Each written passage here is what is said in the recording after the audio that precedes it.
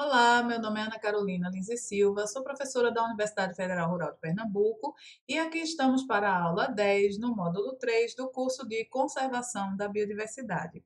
Neste módulo 3, nós vamos trabalhar as principais ameaças à biodiversidade. E nós começamos hoje pela primeira ameaça, que é a fragmentação de hábitats, uma das mais drásticas entre as ameaças, então, até porque ela interage com as outras ameaças e tem um efeito sinérgico muito importante. A nossa aula vai seguir o seguinte roteiro: nós vamos trabalhar definições, as bases científicas do estudo da fragmentação, a ecologia de paisagens, que é uma ciência que estuda também a fragmentação, e as consequências da fragmentação para a biodiversidade. Quando nós falamos em fragmentação, o que vem primeiro à mente é essa ideia, né, de um corpo íntegro sendo cortado e fragmentado em vários pedaços, em vários caquinhos, e é exatamente isso quando a gente pensa que a fragmentação vai transformar o que era homogêneo em pedaços de um ecossistema, né? São pedaços remanescentes com diferentes tamanhos, diferentes formas. Então, essa ideia se aplica perfeitamente, por isso o nome fragmentação. A fragmentação vai converter, então, o que é homogêneo, seja uma floresta, seja uma mancha de cerrado, de manguezal, até ambientes recifais, né, nos oceanos, que são divididos e que viram um mosaico heterogêneo. E alguma outra coisa diferente do ecossistema original passa a ficar fazendo essa vizinhança e passa a comportar esses remanescentes do que era a fisionomia homogênea. É tão importante a fragmentação de hábitats, junto com as outras ameaças, que se a gente olhar aqui, isso foi um material publicado em 2016, que pegou, vocês lembram da lista vermelha de espécies ameaçadas da IUCN? Nesse estudo, os autores pegaram 8.688 espécies da lista e foram olhar quais eram os motivos, as razões, né, para colocar daqueles cinco critérios, quais eram as razões para colocar as espécies nessa lista. E eles viram que a sobreexploração de espécies, as atividades de agricultura, desenvolvimento urbano, a invasão biológica e doenças, poluição, modificação de sistemas e mudanças climáticas são responsáveis pela colocação das espécies nas listas vermelhas. Se nós formos olhar, né, a fundo cada um desses temas, a gente percebe que tanto as atividades de agricultura, quanto o desenvolvimento urbano, quanto modificações de sistemas por meio de fogo, e represas, por exemplo, esses três dizem respeito à modificação do uso do solo. Então, esses três podem juntos participar desse grande estudo, esse grande tema que a gente chama fragmentação, porque esses usos aqui vão levar os sistemas naturais a ficarem fragmentados e eles é que vão passar a ocupar o solo. Então, a gente vê o quanto que o tema é relevante pela perda de hábitats e que está também levando espécies à extinção. Se a gente olhar aqui um exemplo, a nossa Mata Atlântica. Então, tudo que está aqui nessa cor, né, de cinza é a distribuição original e a gente vê em preto os remanescentes em 2005. As estimativas colocam que a gente deve ter qualquer coisa entre 16% e 28% de Mata Atlântica que resta, né, na paisagem, na grande paisagem do bioma. Quando a gente olha só esse percentual, 16 a 28%, isso significa que a floresta está fragmentada? Então a gente precisa pensar um pouquinho sobre isso, né? Quando a gente olha também os 36 hotspots de biodiversidade, a gente já falou sobre isso no módulo 1, a gente percebe que esses hotspots são áreas que têm muita destruição dos hábitats. Então, em cada um desses hotspots, o que resta é inferior a 30% da cobertura. Quando eu olho este percentual de 30%, isso significa que esses hábitats que são hotspots estão fragmentados? Então, a primeira coisa que a gente precisa pensar como definição é que redução e fragmentação de hábitats são dois processos relacionados, porém distintos. Como é que a gente exemplifica isso? Imagina que eu tenho aqui esse quadrado de 10 por 10, então tem 100 partes, e eu quero reduzir a 30%. Este hábitat será reduzido a 30%. Será que existe só uma maneira de fazer isso? A gente olha na figura seguinte que não. Eu posso simplesmente reduzir uma área que era de 100, passa a ser uma área de 30. Então, nesse caso, uma mancha se tornou uma mancha com tamanho menor. Ou eu posso reduzir e fragmentar, quando uma mancha vai se tornar várias manchas com tamanho menor. Se a gente contar aqui são 30 quadradinhos, aqui também são 30, as duas formas estão reduzindo este habitat a 30%. E uma das perguntas que a grande ciência da fragmentação, se a gente puder chamar assim, vai querer saber é qual dessas duas situações é melhor ou tem consequências piores para a biodiversidade. Então a gente já está vendo que fragmentar não é só reduzir, é também reduzir, mas tem outras coisas associadas. A fragmentação, então, vai ser definida como um processo por meio do qual uma área extensa de habitat é transformada em um número de manchas menores, com área total menor, isoladas umas das outras por uma matriz de habitat diferente do original. Eu chamo atenção para esse termo que está aqui em vermelho, que é matriz. Então, se eu tenho uma área homogênea e ela vai sendo fragmentada, alguma outra coisa vai ocupando esses espaços. Essa outra coisa, que é um habitat diferente do original, é o que a gente vai chamar de matriz, que nesse caso aqui está representado pelo branco, enquanto o preto é o ecossistema original, seja uma floresta, uma savana, né, o que for. Então, gente, um exemplo aqui, e aqui você tem um exemplo, né, hipotético da fragmentação, aqui um exemplo real. Então, nós temos a fragmentação florestal no estado do Paraná. A gente parte de 1890, quando você tem quase tudo coberto por floresta e apenas alguma coisa não floresta. 1930 já está bem maior o percentual, né, que é ocupado, né, de matriz, não floresta, e vai diminuindo de floresta. Em 1965 eu tenho 25%, e em 1990 eu tenho cerca de 7,5% coberto por floresta, enquanto todo o restante é o branco, né, que é essa matriz, é esse habitat diferente do habitat natural original. Apesar do Paraná ainda ter grandes remanescentes nessa parte aqui da Serra do Mar, no Planalto a floresta foi quase toda dizimada. Então você vê e a fragmentação, como é dita na definição, ela é um processo. Não necessariamente você passa daqui para cá e aqui parou. O que a gente tem visto historicamente são ondas de fragmentação acontecendo. Então, imagina a biota que já está se acostumando nessa nova configuração.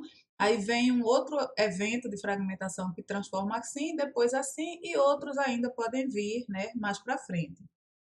Então, os hábitats vão ser destruídos ou modificados por meio de dois processos, como a gente viu. Eu posso ter a redução, simplesmente, uma área grande vira uma área menor, ou pela fragmentação. Nesse caso, vai reduzir, a redução é obrigatória na fragmentação, mas também vai haver um aumento no número de fragmentos, então, que era uma área homogênea vai virar várias áreas.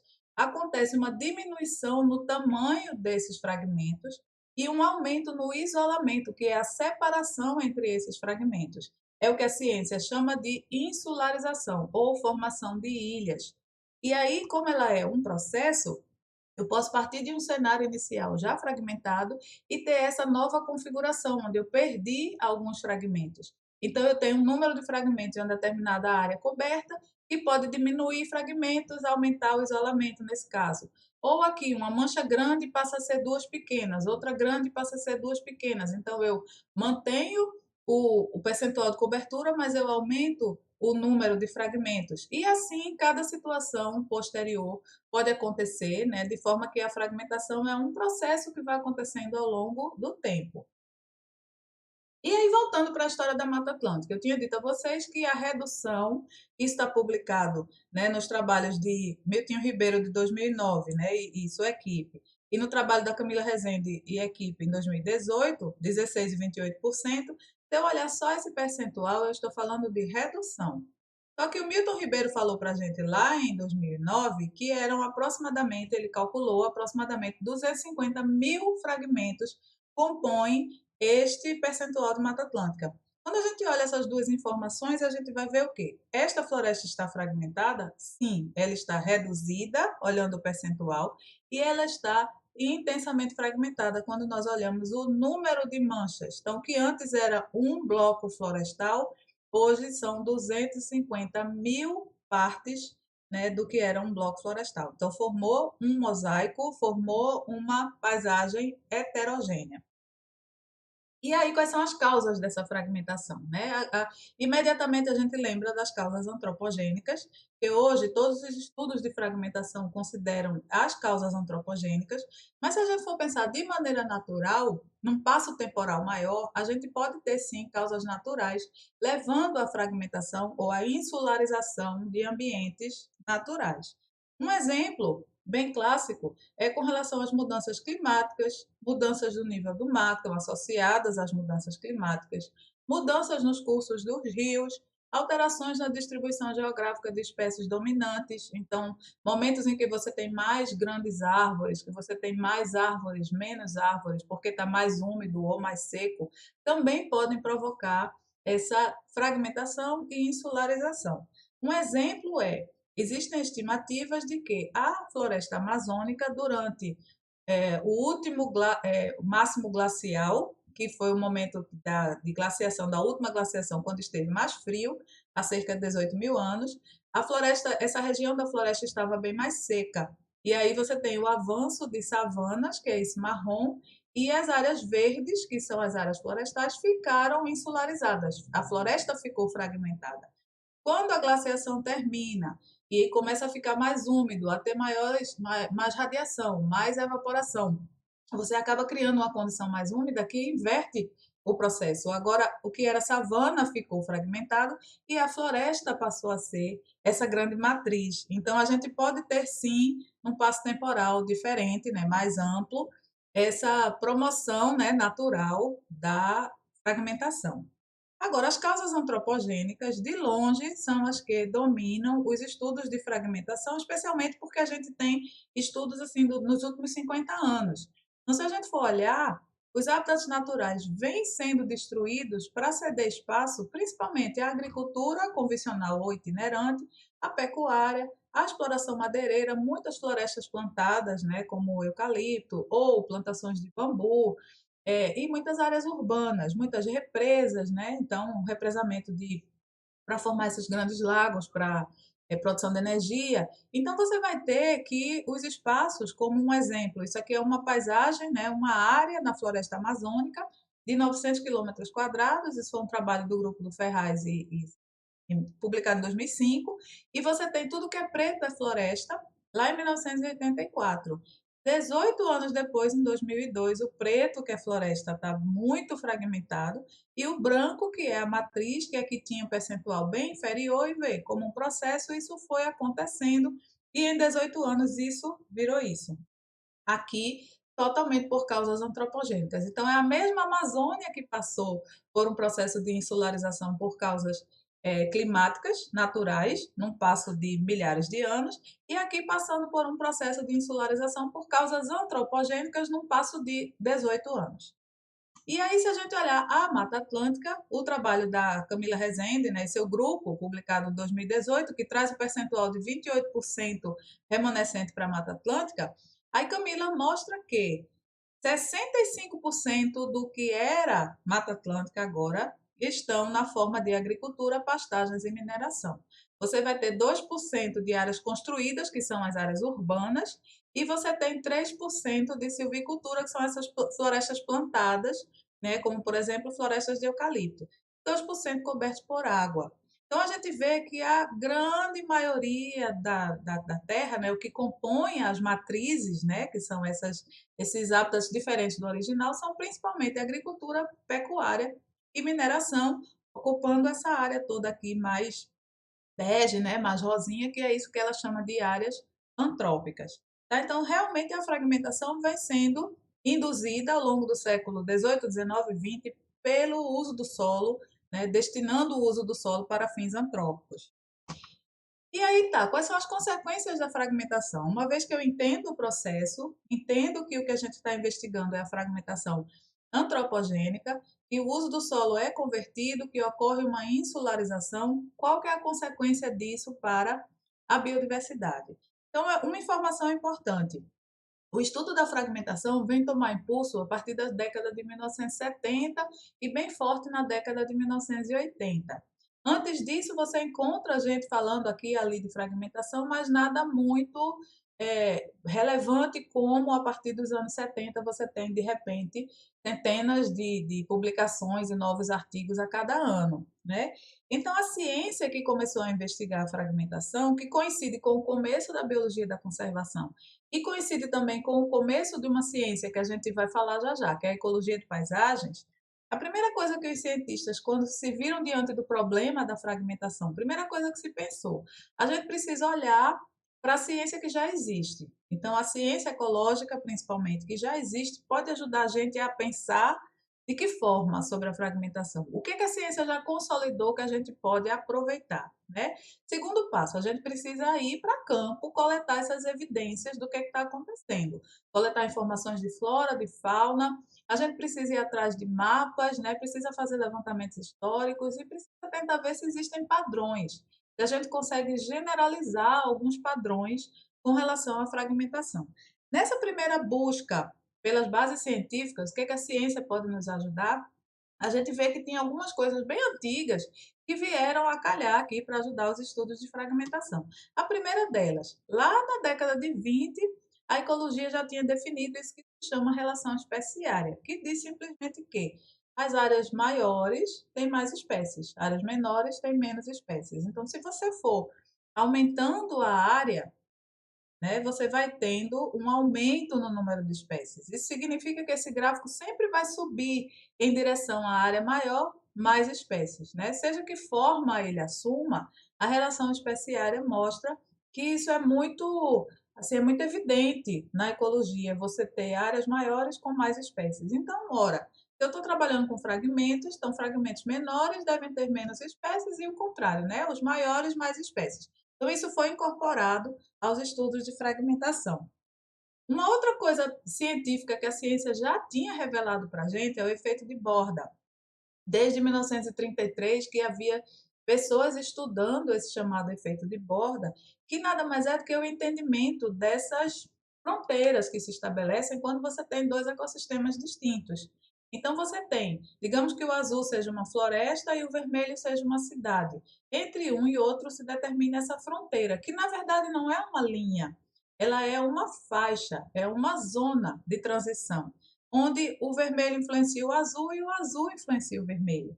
Então, à medida que você vai entrando no azul, digamos que floresta, você vai tendo algumas mudanças acontecendo, né? Seja qual for o parâmetro que você esteja utilizando. Você pode estar pensando em microclima, por exemplo. Então, o que está sendo experimentado aqui é diferente do que vai ser experimentado aqui dentro da floresta, e você vai ter uma faixa de transição.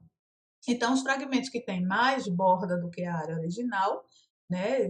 Se eu for pensar na todas as bordas de todos os fragmentos, se eu somar, eu tenho muito mais área de faixas de borda do que eu tinha no habitat original, né? E as bordas têm, já se sabe, um efeito negativo sobre a biodiversidade. E aí tem um estudo que é bem recente, tem poucos meses, agora 2020, na Amazônia, e o pessoal pegou, tinha dados de florestas lá de 2000 que eram intactas, né, que estavam íntegras e grandes, e aí você tinha uma temperatura menor nessas regiões de floresta mais íntegra, maior umidade, uma radiação solar menor e menos ventos. E houve um evento de fragmentação, né? Então isso aqui houve fogo e houve desmatamento. E o que é que você tem em 2015, 15 anos depois, a floresta íntegra, 15 anos depois você tinha esse fragmento de floresta. O que é que se percebeu? Imediatamente a floresta que foi removida significa uma perda de estoque de carbono. Então se coloca aqui que 2,6 bilhões de toneladas de carbono foram perdidos pelo desmatamento. Só que 15 anos depois, o que é que acontece nessa borda? Você tem maior temperatura, menor umidade, maior radiação e mais ventos. Isso provoca um ressecamento dessas plantas, né, que acabam morrendo, aumentando a mortalidade.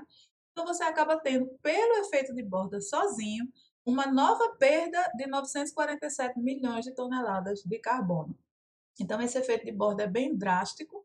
Após a fragmentação, você vai ter uma perda imediata e depois essa perda é por conta do efeito de borda, que é uma coisa que a gente conhecia desde 1933. Então, você vê que os estudos de fragmentação continuam explorando, né? E uma terceira base científica importante e é a chamada Teoria da Biogeografia de Ilhas. Esses dois pesquisadores publicaram em 1967 como um livro, onde eles sintetizavam tudo o que eles tinham pesquisado em ilhas, ilhas reais, com grupos de fauna, né, vivendo sobre essas ilhas. E eles perceberam que ilhas menores iam ter menos espécies, aquela coisa lá da relação especiária, e perceberam também que ilhas mais distantes do continente teriam menos espécies, porque as espécies teriam menos chance de chegar naquela ilha. Então, na teoria, eles mostram que se eu tenho duas ilhas do mesmo tamanho, em diferentes distâncias do continente, a que está mais próxima tem mais espécies. Se eu tenho duas ilhas de tamanhos diferentes, numa mesma distância do continente, a maior tem mais espécies, né? E aí eles sintetizaram isso na forma de gráficos, onde você sai tendo uma previsão de quantas espécies a ilha vai ter, seja ela menor ou maior, seja ela mais distante ou mais próxima do continente.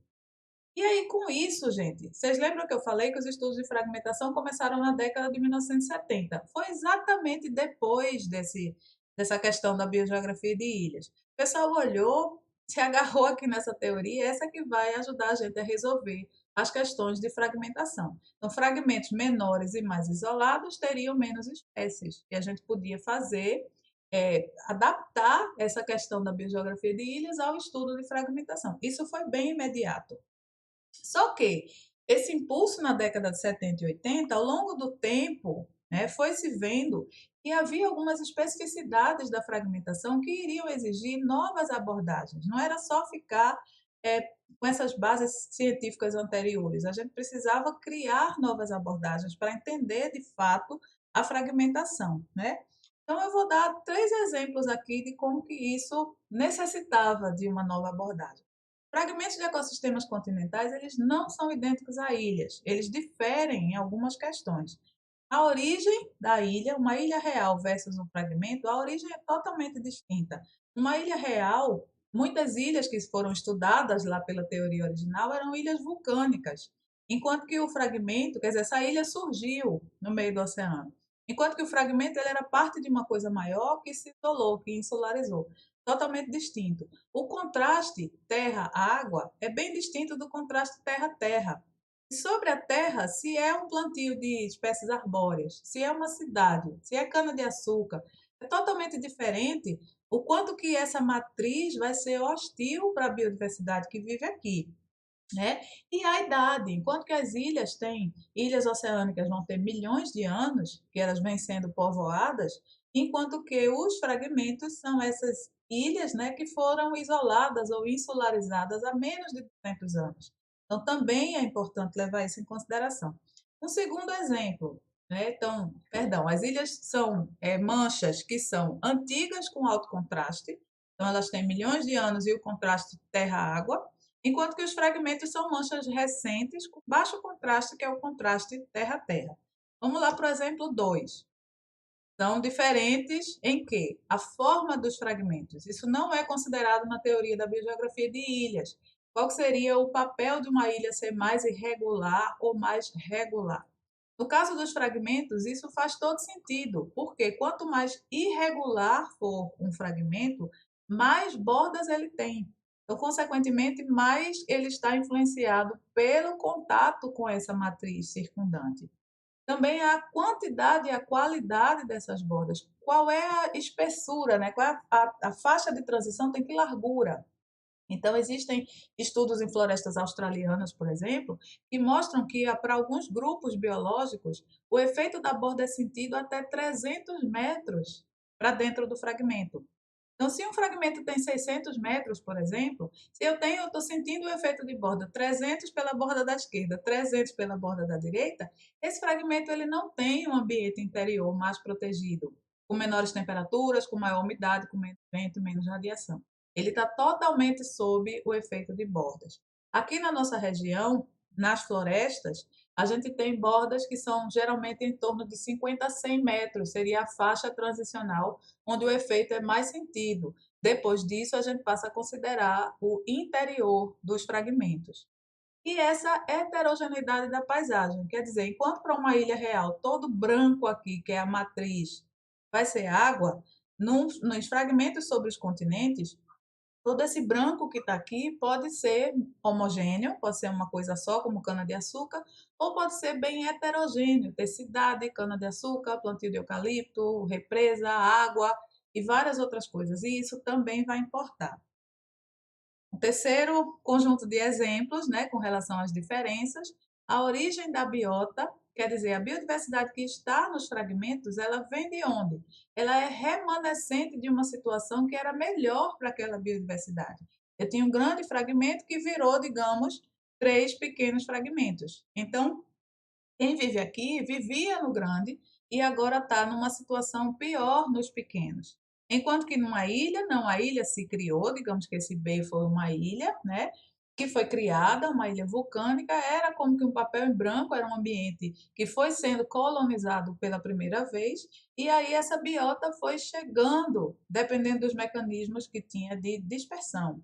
Então, a origem da biota numa ilha e num fragmento é totalmente diferente. A qualidade da matriz, quer dizer, isso que está no entorno, a qualidade dela vai dizer muito se ela é mais ou menos hostil ou mais ou menos permeável para essa biodiversidade. Essa biodiversidade sai daqui e vem para cá. Existe conectividade por meio de corredores ou por meio de pequenas manchinhas que a fauna consiga ir pulando de uma em uma, né? E que a gente chama de pontos de ligação, ou os stepping stones, ou trampolins ecológicos. Então, existe isso ou não? E existe também uma coisa que é mais recente, que é de 98, que começou a se falar nisso, que quando você soma todas essas manchinhas, se dá um percentual abaixo de 30% de remanescente, a gente está numa situação de perdas muito drásticas. E isso é chamado limiar estrutural da paisagem, que é esse percentual abaixo do qual todas as perdas e diminuições de população começam a ficar mais acentuadas do que acima. Tá? Então, lembrando da nossa Mata Atlântica, se a cobertura é entre 16% e 28%, então nós estamos sim abaixo desse limiar. Então, a gente está no momento de perdas bem drásticas. Então, a redução e a fragmentação de hábitats ficou a lição de que elas precisavam ser estudadas por uma ciência mais integradora, que levasse em consideração as relações espaciais entre as espécies. A ciência que faz mais esse papel é uma que a gente chama ecologia de paisagens, que nasceu também na década de 70 e que foi se preocupando com as questões espaciais, né? E aí a gente vai ter a ecologia de paisagens estuda paisagens, que é o quê? É exatamente aquele mosaico, é exatamente aquele resultado heterogêneo da fragmentação. O mosaico espacial de componentes biofísicos e socioeconômicos interativos. Essa é uma definição de paisagem. Uma outra definição diz, de novo, é um mosaico com unidades interativas, cuja heterogeneidade existe para pelo menos um fator, segundo um observador e numa determinada escala de observação. Eu gosto de destacar essa segunda definição, que é do professor Jean-Paul Metzger, da USP, que ele fala que, às vezes, as unidades e a heterogeneidade eu posso, olhando pelo meu olhar humano, eu posso não perceber uma heterogeneidade que talvez para a fauna de um determinado grupo exista. Então, a gente precisa se colocar como que no, assim, compreender os mecanismos de movimento que aquela fauna tem, porque às vezes o que para mim pode parecer que a fauna está isolada em dois fragmentos e não vai de um para o outro, na verdade a fauna usa aqueles dois espaços, né, de uma maneira mais dinâmica. Então a gente precisa se colocar como um observador numa escala de observação adequada para aquele grupo de biodiversidade que eu estou querendo estudar. E aí, uma vez definido paisagem, como é que eu vou definir o que é a ecologia de paisagem, né? Vai ser uma ciência de interações espaciais entre as unidades da paisagem, ou uma ciência que estuda a interação entre padrões espaciais e processos ecológicos. Colocando em outras palavras, a gente tem um mosaico e eu quero entender como que a biodiversidade usa, se movimenta e como que ela se vira ali naquele contexto heterogêneo que é uma paisagem. Tá? Então, essa é a ideia da ecologia de paisagens, e a ecologia de paisagens, por ter esta abordagem espacial, acaba que é a que mais contribui para os estudos de fragmentação. Os estudos de fragmentação, então, né, que são conduzidos geralmente por profissionais que trabalham nessa perspectiva de espaço, né, de ecologia de paisagem, vão procurar abordar o quê? Vão, primeiro, fazer descrições atuais e históricas da paisagem e dos fragmentos. Para isso, a gente usa uma série de métricas ou descritores, que seria o quê? Eu ver numa paisagem, eu tentar entender quanto por cento ela cobre, se ela está acima ou abaixo daquele limiar estrutural, quantos fragmentos existem, quanto de borda. A gente pode calcular alguns índices para saber se os fragmentos são mais regulares ou irregulares. Então, essas descrições vão ser feitas em cima dessas chamadas métricas. A gente pode ter estudos de fragmentação que vão olhar o que é que tem de biodiversidade naqueles fragmentos e aí tentar entender esta paisagem fragmentada com esta biota, quais são os efeitos de uma sobre o outro, né? Vai tentar entender se existe conectividade estrutural, quer dizer, se existem corredores ou os trampolins, né, ligando fragmentos, ou se existem grupos biológicos que usam os fragmentos, funcionalmente eles se conectam.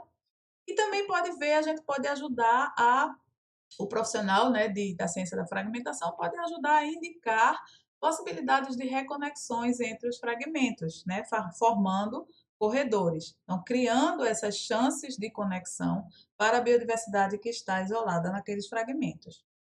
E aí, que lições a gente já aprendeu? Eu separei aqui um conjunto, né, de lições que a gente já pode dizer que aprendeu nesses 50 anos de estudos de fragmentação e de ecologia de paisagens. Então vamos lá. Primeiro, a fragmentação ela não é aleatória e ela pode levar a resultados finais bem distintos. O que quer dizer isso, ela não ser aleatória? Ela vai ser induzida pelo uso que se quer dar àquele solo, pelo novo uso.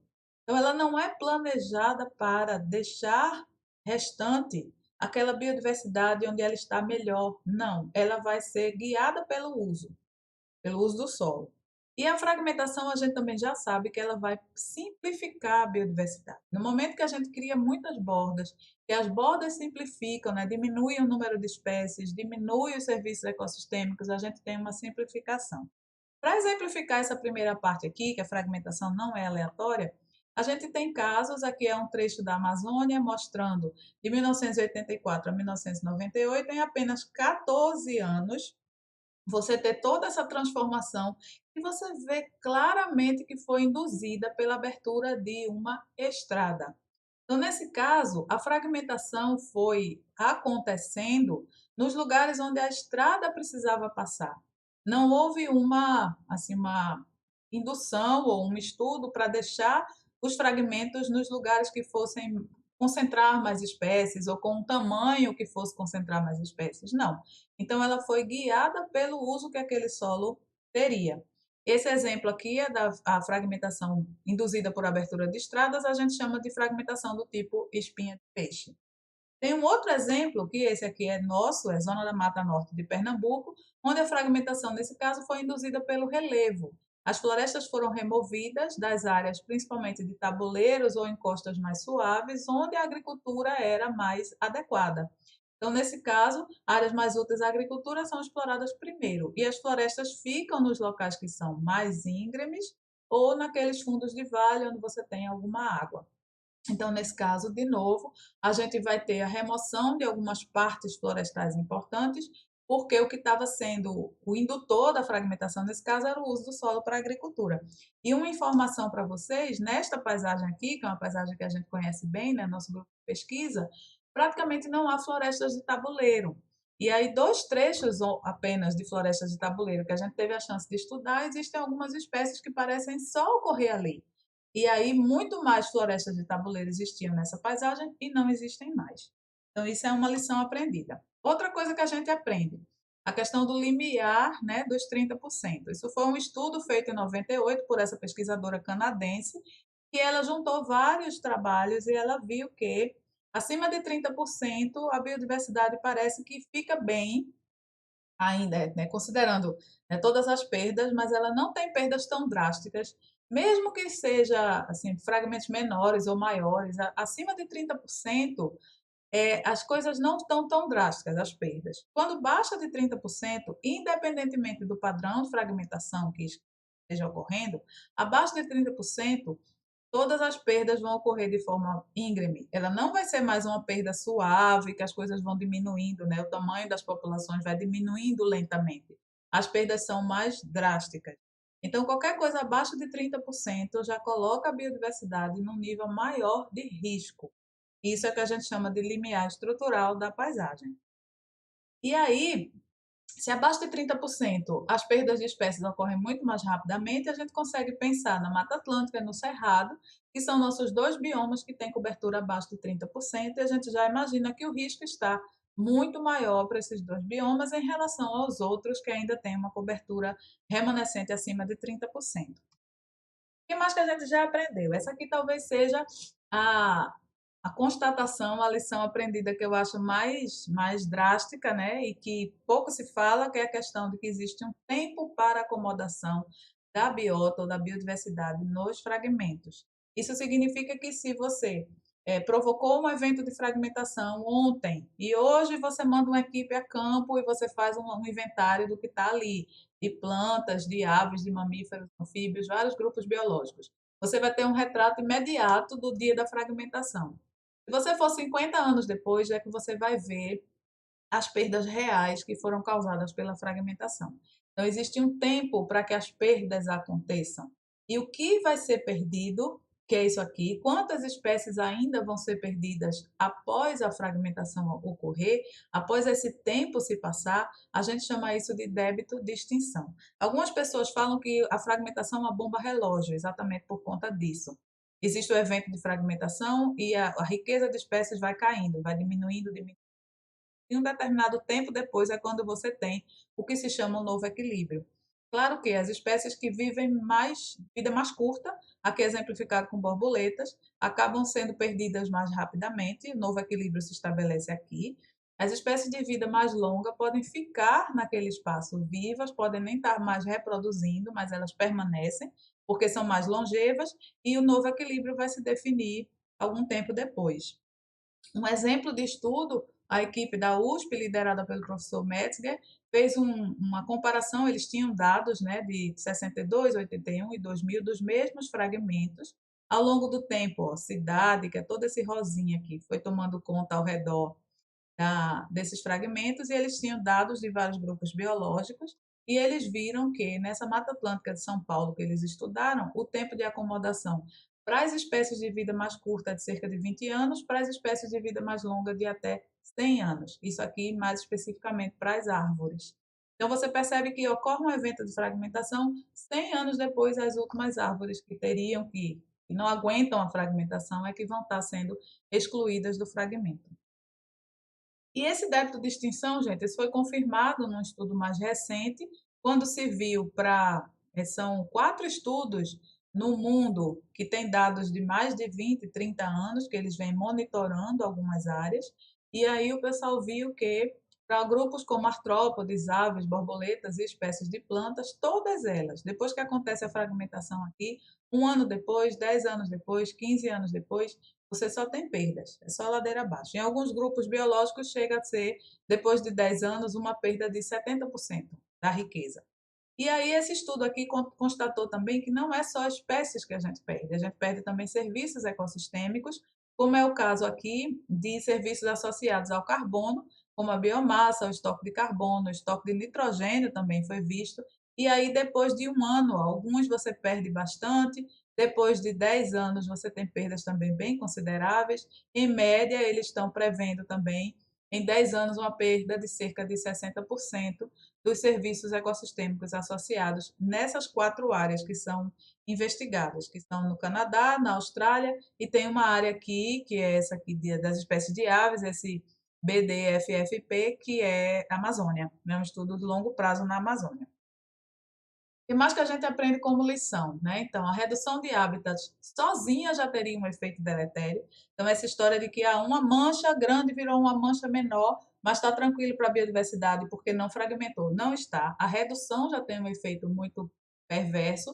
A redução com fragmentação tem um efeito ainda mais perverso. Se isso for abaixo de 30%, pior ainda.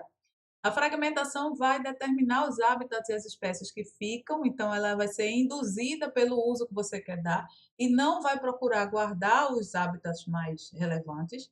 Fragmentação vai poder trabalhar em sinergia com outras ameaças. Então, lugares mais fragmentados têm mais invasão por exótica, tem mais perturbação, tem mais poluição, mais caça, mais exploração de espécies.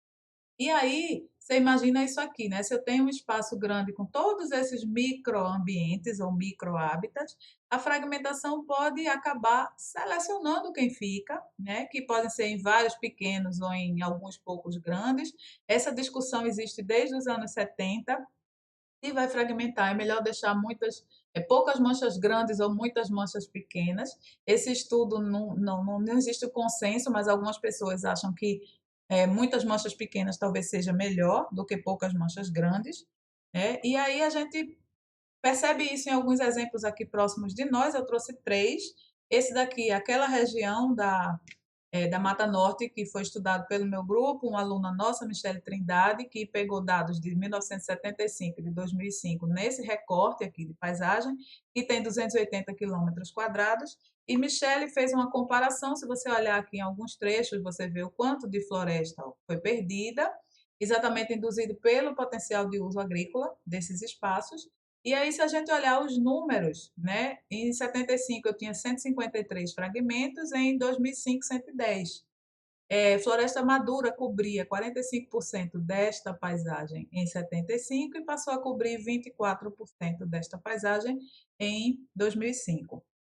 E se a gente olhar como que são os tamanhos desses fragmentos, a grande maioria está aqui, né, cerca de 70%, 65% dos fragmentos são fragmentos pequenos, que têm até 30 hectares. Né? E esses fragmentos pequenos, todos somando, todos eles guardam pouca área, porque eles são muito pequenininhos.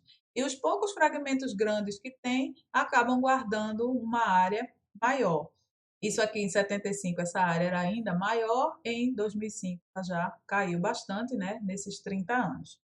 Um outro exemplo aqui perto da gente, né, o grupo liderado pelo professor Tabarelli, esse trabalho aqui, o trabalho de Braulio Santos e o grupo deles, viu o efeito de fragmentação na composição das árvores na área da usina Serra Grande, uma área de 667 quilômetros quadrados, em Alagoas. E aí o que eles viram? Né, que lá eles têm fragmentos com diferentes idades. Eles pesquisaram em fragmentos pequenos, em bordas e nesse fragmento grandão aqui, que é a mata de Coimbra. Então, eles viram que, com relação à idade, à medida que a idade vai aumentando, você vai aumentando também o número de espécies, certo? E esse número de espécies, quando você está no fragmento grande, ele é esse número aqui, uma média de 35, 40 espécies que você tem de grandes árvores, né, num hectare. Quando a gente vai para fragmentos mais jovens, isso já cai para 25. Quando você está nas bordas florestais, você cai para qualquer coisa como 18 espécies no hectare. Então, se você está pensando em árvores de grandes sementes, também. Os grandes têm muitas árvores com sementes grandes, que são essas árvores maiores, mais exigentes. Os jovens têm um número menor e as bordas perdem muito essas árvores de grandes sementes.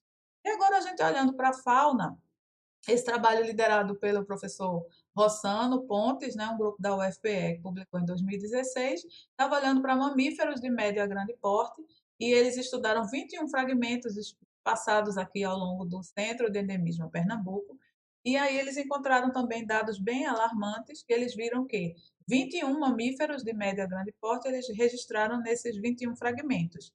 E aí, o número de mamíferos, se você olhar nos fragmentos maiores, que tem mais de 1.000 hectares, são 20 espécies que ocorrem. Nos fragmentos médios, né, entre 100 e 1.000 e entre 10 e 100, você tem 14 9 espécies. Nos pequenos, que são a grande maioria, ó, que são 13.000 fragmentos, você vai ter cerca de 4 espécies. Né? Então, você vê que os fragmentos pequenos têm uma perda muito drástica de espécies de mamíferos, enquanto que os grandes, que são pouquíssimos, são apenas 23 no Centro de Endemismo Pernambuco inteiro, são apenas 23 fragmentos acima de 1.000 hectares, eles é que vão conseguiriam guardar a maior quantidade de mamíferos. E aí, gente, olhando agora para o mundo todo, para a gente ver que não é uma questão de escala, se eu estou olhando dados globais, esse dado publicado em 2018 mostra o quê? Que as Américas têm mega hectares, 1 milhão de hectares, 940 milhões de hectares de florestas tropicais, a África 577 milhões, a Austrália e a Ásia 391 milhões. Só que esses 940 milhões de hectares estão espalhados em 55.558.018 fragmentos. Então a gente vê que o problema da fragmentação ele é global. E aí os números são sempre de bilhões de fragmentos. E se a gente pegar todos e tirar uma média, nas Américas, a média de tamanho é de 17 hectares apenas. Tá? Se a gente pega as Américas e dá um zoom aqui na Amazônia e na Mata Atlântica, que foi o que os autores fizeram, o zoom na Amazônia vai mostrar para a gente que, quando eu pego aqui as florestas na Amazônia, tem muita floresta ainda que está a mais de 2 quilômetros de distância das bordas, florestas mais de interior. Enquanto que na Mata Atlântica, a maior parte das florestas está entre 100 e 500 metros de bordas. Então, são florestas muito mais vulneráveis. E aí, quando a gente lembra, né, de toda essa lição, a gente lembra lá daquela coisa espatifada, fragmento grande, pequeno. A grande lição é, em algumas paisagens, em alguns locais, os fragmentos grandes praticamente não existem. Então, a biodiversidade tem que ser resguardada nos pequenos, cada caquinho desse importa, e a gente tem que pensar em formas de recriar conectividade, né? Recriar corredores, e fazer com que os fragmentos sejam usados de uma forma mais eficiente por essa fauna e flora que ali vive, para a gente conseguir ter a fragmentação ameaçando menos e levando menos espécies à extinção. Então, essa é o bate-papo que eu queria ter com vocês hoje. Agradeço a atenção de vocês e até uma próxima aula. Obrigada.